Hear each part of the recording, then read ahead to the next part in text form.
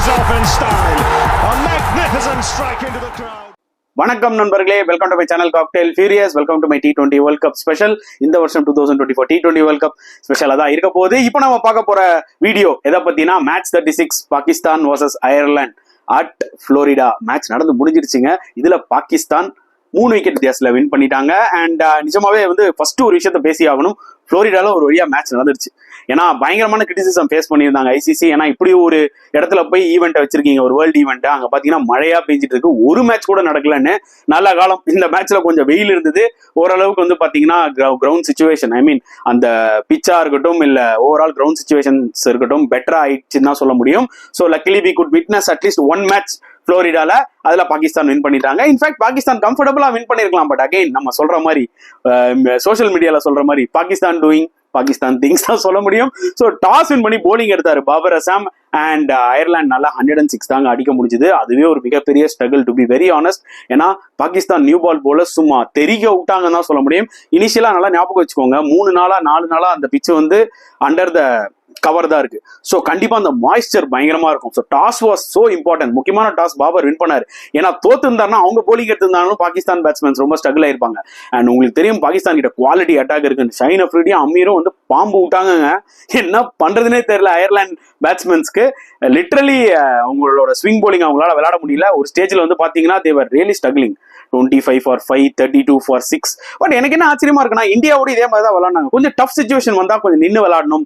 அந்த என்ன சொல்றது, அந்த ஒரு டஃப் சிச்சுவேஷனை பாஸ் பண்ணி போயிடணுன்ற மாதிரி யோசிக்க மாட்டேங்கிறாங்க. அவங்க ஒரு test playing nation Ireland. But இந்த பர்டிகுலர் வேர்ல்டு கப்ல ரொம்ப டிசப்பாயிண்டிங்கா இருந்தாங்க. அவங்க ஷார்ட் செலக்ஷன்ஸா இருக்கட்டும், அவங்க ஸ்ட்ராட்டஜியா இருக்கட்டும், அவங்க கேப்டன் பால் ஸ்டெர்லிங் ஒரு ஹியூஜ் டிசப்பாயின்மெண்ட் நான் சொல்லுவாங்க. ஏன்னா ஒரு கேப்டனே ஃபார்ம்ல இல்லைன்னும் போது அவரே டல்லா இருக்காரு டீம்ல. அவர் இன்ஸ்பயர் பண்ணணும் பிளேயர்ஸை. பட் அவரே பாத்தீங்கன்னா ரொம்ப லோ ஆன் கான்பிடன்ஸ்ல இருக்கிறது அவர் மூஞ்ச பார்த்தாலே தெரியுது.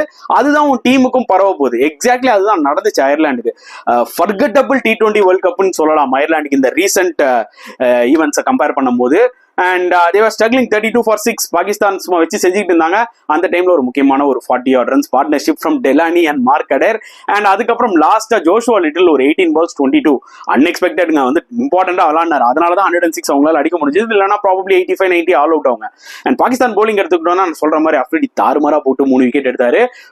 இஸ் பெஸ்ட் ஸ்பெல்னு சொல்லலாம் இந்த T20 வேர்ல்ட் கப்ல. But unfortunately in dead rubber என்ன யூஸ் இருக்கு சொல்லுங்க. அதான் அது ஒரு டைலாக் மாதிரி தான். இதுக்கப்புறம் வளர்மதி வயசுக்கு வந்தா என்ன வரலனா என்னன்ற மாதிரி. இந்த மாதிரி அவர் மற்ற மேட்சஸ்ல போட்டு இருந்தாருன்னா இன்னும் ஒரு வின் எக்ஸ்ட்ரா எடுத்திருந்தாங்கன்னா பாகிஸ்தான் சூப்பர் 8 குவாலிஃபை ஆயிருப்பாங்க. And other end Amir once again அவரோட நல்ல ஃபார்ம் கண்டினியூ பண்ணி அவரும் நல்லா போட்டாரு. இமாத் வசீம் சும்மா வேற லெவல்ல போட்டாருங்க. 3 overs 8 runs 3 wickets. நிஜமா ஒரு சம கண்ட்ரோல்ல போட்டாரு. ஷதாப் கானுக்கு ஒரு ஓவர் கொடுத்தாரு ஆக்சுவலா பாபர் அசாம். ஏன் அதை கொடுக்கணும்ன்றதான் என்னோட ஒரு கேள்வி. ஆனா அந்த ஓவர்ல பயங்கரமா ரன்ஸ் போச்சு. இமாத் வசீம் வந்ததுக்கு அப்புறம் ரன்னே அடிக்க முடியல. சோ கண்டிப்பா இன்னும் ஒரு 10 run 12 run சேவ் பண்ணிருக்கலாம் பாகிஸ்தான். எதுக்காக பாபர் அசாம் பாத்தீங்கன்னா இந்த மாதிரி கண்டிஷன்ஸ்ல ஷதாபுக்கு ஒரு ஓவராது கொடுக்கணும் அப்படின்னு நினைக்கிறாரு தெரியல. ஏன்னா Shadab is completely out of form. அவனோட போலிங் பாத்தீங்கன்னா கையில இருந்து பால் வரும்போதே தெரியுது இஸ் நாட் இன் குட் ஃபார்ம்னு. ஏன்னா அவர் போற லைன் எடுத்துக்கோங்க, லென்த் எடுத்துக்கோங்க, பால் திரும்பவும் மாட்டிக்குது. செகண்ட் ரொம்ப அரைக்குடி குத்துறாரு, இல்லைன்னா தூக்கி ஸ்லாட்ல போடுறாரு. கிளியரா தெரியுது ஷார்ட் இன் கான்பிடன்ஸ் இன் போலிங்னு. அண்ட் எனிவேஸ் 106 குட் எஃபர்ட் தான் ஃப்ரம் அயர்லாந்து அவங்க இருந்த சிச்சுவேஷனை கம்பேர் பண்ணும்போது. அண்ட் பாகிஸ்தானும் ஒரு எக்ஸ்ட்ரா ஒரு 10 run குத்துருமோன்ற மாதிரி ஒரு ஃபீலிங்கோட தான் ஆக்சுவலா இருந்தாங்க. அண்ட் சேசிங்லாம் எல்லாம் நல்லா தான் போயிட்டு இருந்தது. 39 for 2. அதாவது சைம் அய்யூப் நல்லா விளையாடிட்டு இருந்தார். ஓப்பனிங்ல தூக்கி கையில குத்துட்டு வந்தாரு. ஏனே தெரியல. ரிஸ்வான் அவரோட ஃபேவரட் ஷாட். சம்டைம் அதுதான் அவருக்கு பிளஸ், சம்டைம் அதுதான் அவருக்கு மைனஸ். அதுக்கப்புறம் பாத்தீங்கன்னா 39 for 2 டக்குன்னு ஒரு 15 ஒரு மேபி ஒரு 18-20 ரன்ஸ்ல டக்கு டக்குன்னு 5 விக்கெட் போயிடுச்சு. 62 for 6. என்னடா அது ஆளுக்கு வரவும் பொருளா அவுட் ஆயிட்டு போறீங்கன்னு. அவங்களோட மிடில் ஆர்டர் எந்த அளவுக்கு ஃப்ரெஜைலா இருந்திருக்குன்னு இந்த டோர்னமெண்ட் இந்த அயர்லாந்து மேட்ச்ல நீங்க இன்னும் நல்லா பார்த்து தெரிஞ்சுக்கலாம். நல்ல காலம் பாபர் அசாம் ஒரு 2ல ஸ்டே பண்ணிட்டாரு. 107 டார்கெட் போது அதெல்லாம் பாபர் அசாம் அவரோட நேச்சுரல் கேம் என்ன ரன் பால் கேம் தான் T20ல. இல்ல அதிகபட்சமா 120 அடிப்பாரு ஸ்ட்ரைக் ரேட்.